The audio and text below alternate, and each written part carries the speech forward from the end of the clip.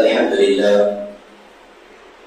لله نحمده ونستعينه ونستغفره ونؤمن به ونتوكل عليه ونعوذ بالله من شرور أنفسنا ومن سيئات أعمالنا من يهده الله فلا مضل له ومن يضلله فلا هادي له ونشهد أن لا إله إلا الله وحده لا شريك له ونشهد أن سيدنا ونبينا ومولانا محمدا عبده ورسوله أما بعد فأعوذ بالله من الشيطان الرجيم بسم الله الرحمن الرحيم فك رقبة أو إطعام في يوم ذي مسغبة صدق الله العظيم إن الله وملائكته يصلون على النبي يا أيها الذين آمنوا صلوا عليه وسلموا تسليما أرشدنا اللهم صل على سيدنا مولانا محمد وعلى آل سيدنا مولانا محمد الحمد لله সমস্ত প্রশংসা সমস্ত গুণগান রব্বুল আলামিন যিনি আমাদেরকে সুস্থতার নিয়ামত দান করেছেন, সুস্থ শরীরে যথা সময় তিনি পবিত্র দিন জুমার দিনে তার হুকুম পালন করার জন্য তিনি আমাদেরকে মসজিদে আনিয়েছেন এবং অল্প কিছুক্ষণ সময় দিনের কিছু গুরুত্বপূর্ণ কথা বলা এবং শোনার মতো তৌফিক দান করেছেন। এর জন্য শুকরিয়া আদায় করছি আলহামদুলিল্লাহ। দরুদ ও সালাম বর্ষিত হোক সেই রাসূলের প্রতি, সকলে বলি সাল্লাল্লাহু আলাইহি ওয়াসাল্লাম। আজকে সফর মাসের 10 তারিখ, অর্থাৎ সফর মাসের দ্বিতীয় জুমা। আগামীকাল 15 আগস্ট দেশ জুড়ে উদযাপন হয়েছে স্বাধীনতা দিবস। স্বাধীনতা দিবস পালন করা হয়েছে দেশ জুড়ে। আজকে আমরা সংক্ষিপ্তভাবে আলোচনা করব স্বাধীনতা দিবসে মুসলিমদের অবদান, উলামায়ে কিরাম তাদের কি অবদান ছিল এবং আল্লাহ রাসূল সাল্লাল্লাহু আলাইহি ওয়াসাল্লাম তিনি আমাদেরকে কেমন দেশপ্রেম শিখিয়েছেন, নবীজি কেমন দেশের প্রতি তার কি ভালোবাসা ছিল, কেমন মহব্বত ছিল, সে সম্পর্কে আজকে আমরা সংক্ষিপ্তভাবে আলোচনা করব ইনশাআল্লাহ। ওয়া মা তাওফীক ইল্লা বিল্লাহ। আল্লাহ রাব্বুল আলামিন তিনি কোরআনে কারিমের মধ্যে বলেছেন ফাকু রাকাবা আও ইতআমু ফি ইয়াউমিন যী মাসগাবা, অর্থাৎ কাউকে স্বাধীনতা প্রদান করা এবং ক্ষুধার দিনে ক্ষুধার্তকে খাওয়ানো, এই সমস্ত কাজগুলো এটা হলো মহান নেকির কাজ। এই আয়াত দ্বারা বোঝা যায় যে স্বাধীনতা বলতে কি, অসহায় মানুষদের পাশে দাঁড়ানো, যে সমস্ত মানুষগুলো পরাধীন সেই সমস্ত পরাধীন মানুষগুলোকে স্বাধীনতা দেওয়া, যে সমস্ত মানুষগুলো বঞ্চিত নিপীড়িত অসহায় তাদের পাশে দাঁড়ানো, যে সমস্ত মানুষগুলো অনাহারে দিন কাটায় তাদেরকে অন্ন দান করা, তাদের মুখে খাদ্য তুলে দেওয়া, মানুষের পাশে দাঁড়ানো, এটা হলো মহান নেকির কাজ। এটাই হলো স্বাধীনতা।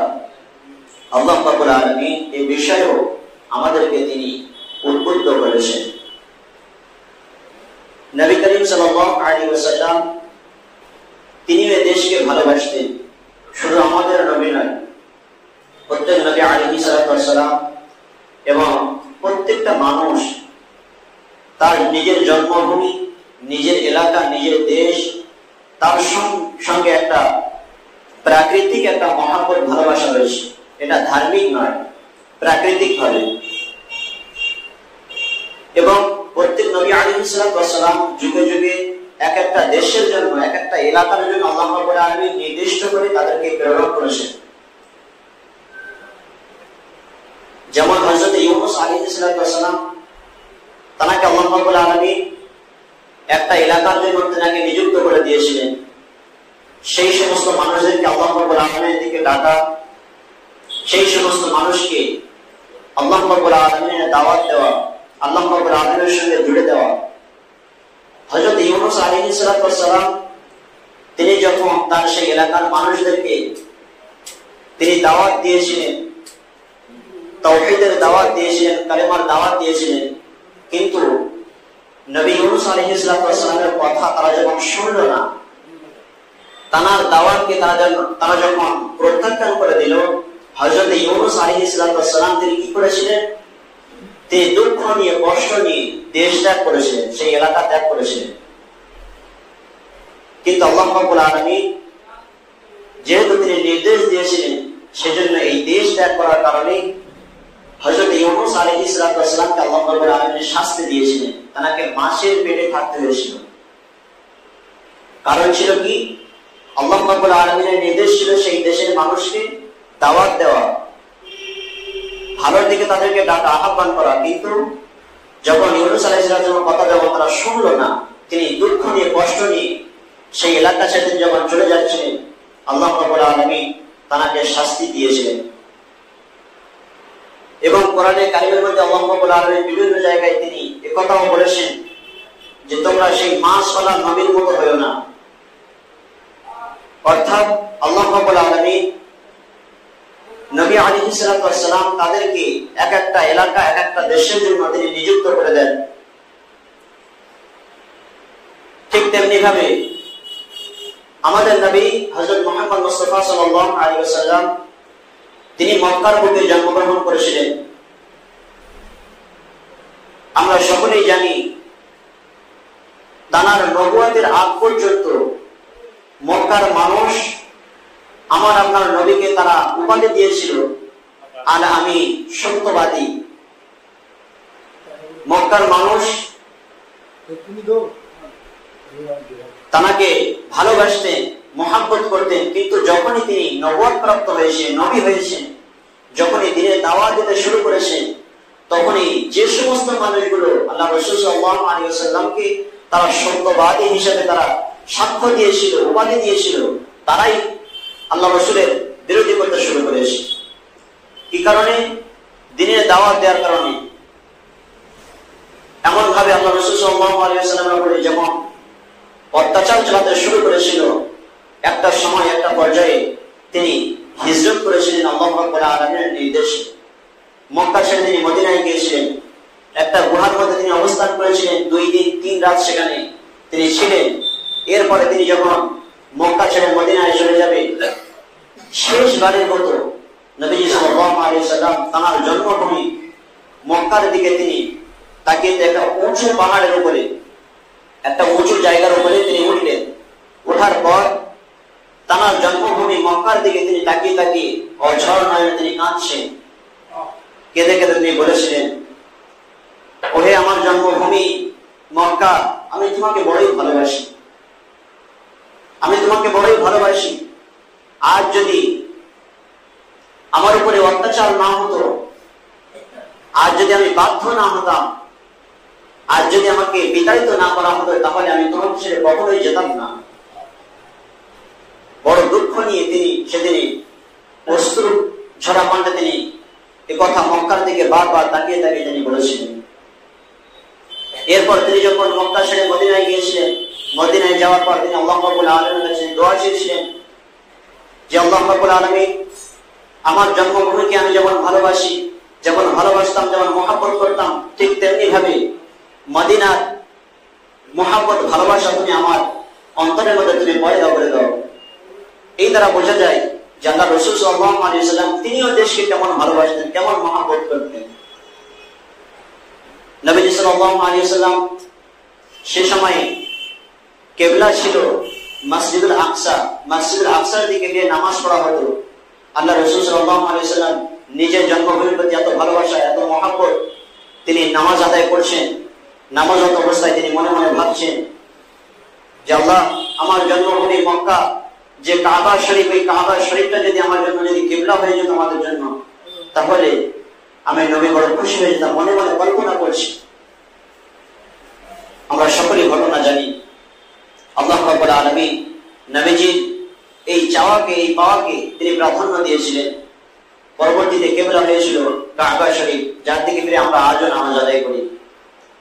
তো বলার উদ্দেশ্য হলো একটা, যে রাসূলুল্লাহ সাল্লাল্লাহু আলাইহি ওয়াসাল্লাম তিনিও দেশকে ভালোবেসেছেন। দেশের মহব্বত, দেশের ভালোবাসা, দেশপ্রেম তার ভিতরে ছিল। এই সমস্ত ঘটনা দ্বারা তা বোঝা যায়। ঠিক তেমনি ভাবে আমাদের পূর্ববর্তী যে সমস্ত বুজুর্গানে দিন, উলামায়ে কিরাম, হুফাজে কিরাম, তাঁরাও এই দেশের সঙ্গে গভীর প্রেম ভালোবাসা তাদের মধ্যেও ছিল। দেশকে তাঁরাও ভালোবেসেছেন এবং দেশের জন্য তারা এমনকি জীবনও দিয়েছেন। আগামীকাল 15ই আগস্ট, গতকাল 15ই আগস্ট গিয়েছে, সমস্ত ভারতবাসী তারা দেশ স্বাধীনতা দিবস উদযাপন করেছে।